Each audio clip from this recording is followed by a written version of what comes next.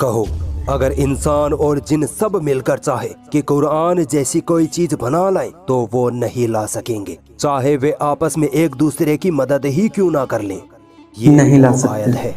تو دوستو آج ہم دیکھیں گے قرآن شریف کا آسمانی کتاب ہونے کا سچ۔ اللہ نے قرآن کے اندر سبھی کو ایک بات بولی ہے کہ پوری دنیا مل کر بھی اگر چاہے تو قرآن کی ایک صورت نہیں بنا سکتی۔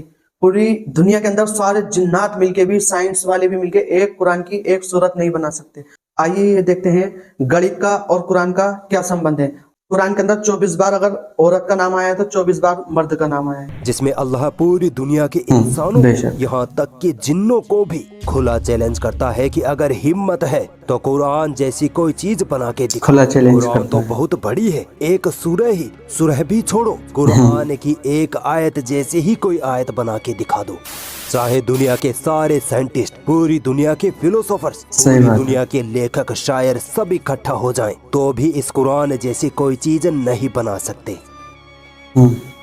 دوستو قرآن میریکلز یعنی قرآن جیسی چیز نہیں بنا سکتے، چاہے سائنٹیفک میریکلز ہو، ہسٹوریکل میریکلز ہو یا دنیا و آخرت کے بارے میں کرشمے ہو، مگر کیا آپ نے کبھی غور کیا ہے کہ قرآن میں نمبر میریکل یعنی گنیتیہ کرشمے بھی موجود ہیں جن کو سننے کے بعد یقین مانی آپ کا دماغ ہل جائے گا۔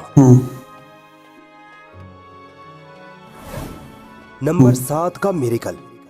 دوستو ہماری زمین کی 7 پرتیں ہیں، ویسے ہی ہمارے ایٹماسفیئر کی بھی 7 پرتیں ہیں، یہاں تک کہ قرآن و حدیث کے مطابق اللہ نے آسمان بھی 7 ہی بنائے ہیں، مگر سائنس ابھی تک پہلے آسمان کو بھی پار نہیں کر پائی ہے۔ خیر، آج میں آپ کو قرآن میں نمبر 7 سے ریلیٹڈ کیلکولیشن بتانے والا ہوں۔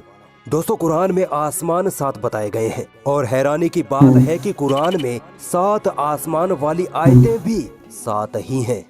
اللہ نے جہنم کے 7 دروازے بنائے ہیں، اور حیرت کی بات ہے کہ قرآن میں جہنم لفظ 77 مرتبہ آیا ہے، جو کہ 7 کا گنا ہے۔ امیزنگ۔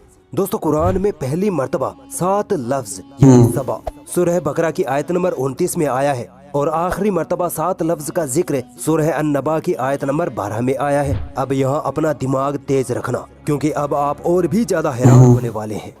پہلی اور آخری مرتبہ 7 لفظ جن آیتوں میں آیا ہے ان کے بیچ کیا خاص ہے؟ غور کریں گے تو پائیں گے کہ پہلی اور آخری مرتبہ 7 لفظ جن سورہ میں آیا ہے یعنی سورہ بقرہ اور سورہ نبا، ان دونوں سورہ کے ساتھ ان کے بیچ میں بھی ٹوٹل 77 سورہ ہے، جو کہ 7 کا سیدھا گنا ہے۔ سبحان اللہ۔ تو تم اپنے رب کی کن کن نشانیوں کو جھٹلاؤ گے؟